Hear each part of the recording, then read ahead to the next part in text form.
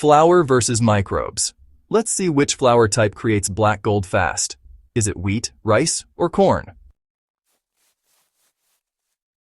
If your soil looks alive but, still grows tired plants, you're probably missing the fastest lever in gardening, feeding microbes the right carbon at the right ratio. Today's video is all about exposing which everyday flour turns plain dirt into rich, dark, living soil the fastest. And well, which one quietly underperforms when microbes go to work? The hidden world beneath your soil surface is, honestly, just amazing. Soil is not dirt. It's actually a living engine powered by bacteria, fungi, protozoa, and all sorts of beneficial organisms that digest organic matter and excrete plant-ready nutrition. When microbes are fed properly, soil becomes darker, softer, and more structured. This is what gardeners call black gold. The speed at which this transformation happens depends on one thing more than anything else: how easily microbes can consume the carbon source you give them. Flour is pure, fast-access carbon. Unlike wood chips or compost that take months to break down, flour dissolves quickly in moisture and becomes immediately available to microbial populations. But not all flours behave the same once they hit soil.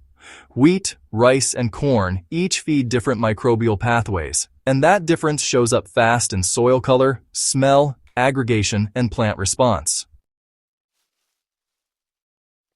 Why flour works as a microbial accelerator? Well, microbes need three things to explode in population: moisture, oxygen, and simple carbon.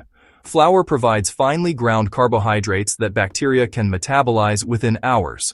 As bacteria multiply, fungi follow, glues form, aggregates bind, and nutrients locked in the soil are released.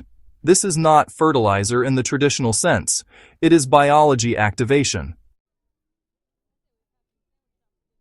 When flour is applied correctly, microbes consume nitrogen already present in the soil, temporarily immobilize it, then release it back slowly as stable organic matter.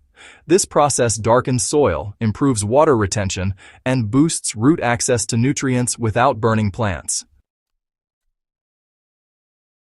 The flour power showdown begins.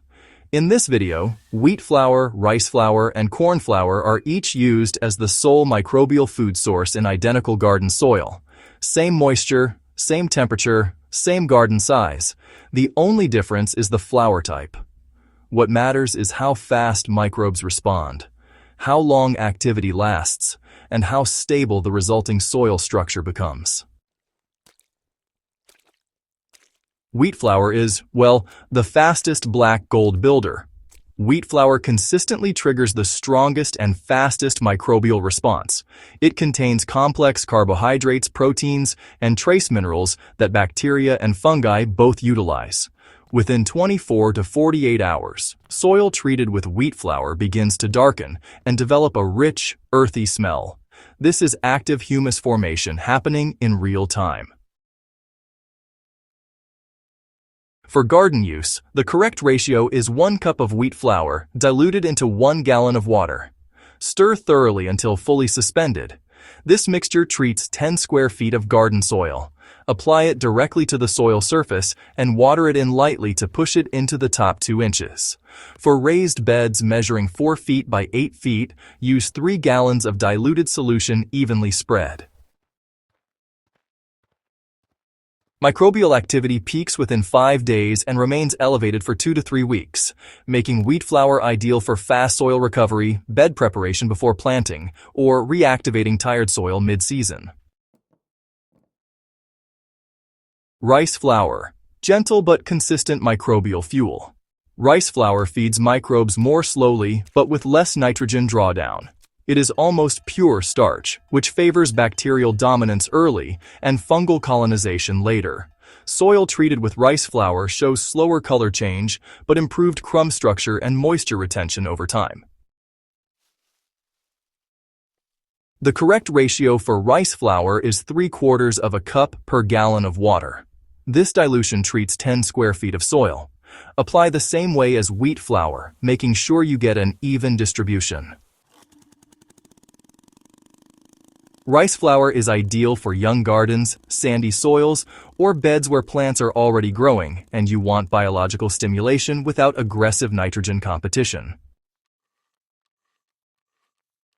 Results take about 7 days to become visible, but the soil actually remains biologically active longer, often up to a month. So, corn flour delivers a sharp spike in microbial respiration, but it tends to favor bacteria almost exclusively. This creates rapid carbon consumption, but, less stable humus formation unless fungal populations are already present. The soil may heat up a bit and smell sweet at first. Then, activity drops off faster than with wheat or rice. The correct ratio for corn flour is half a cup per gallon of water. This amount will treat about 10 square feet of soil.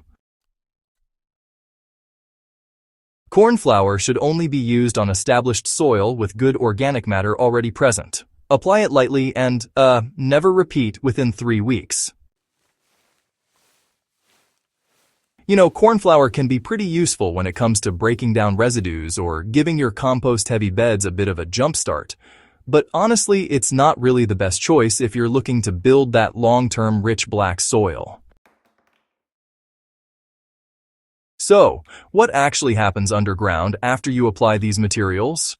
Well, within just a few hours, bacteria start multiplying rapidly as they consume those dissolved sugars.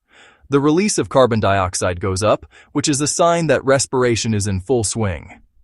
Enzymes get to work, breaking down soil minerals and freeing up things like phosphorus, potassium, and micronutrients. And then, fungi begin weaving their hyphal networks, binding particles together and creating aggregates that help the soil resist compaction. Wheat flour, in particular, supports the most balanced microbial community, and that means you get darker soil faster. Rice flour, on the other hand, builds soil structure more steadily. Corn flour, it burns hot and fast. Alright, let's walk through using flour to boost your home garden step by step.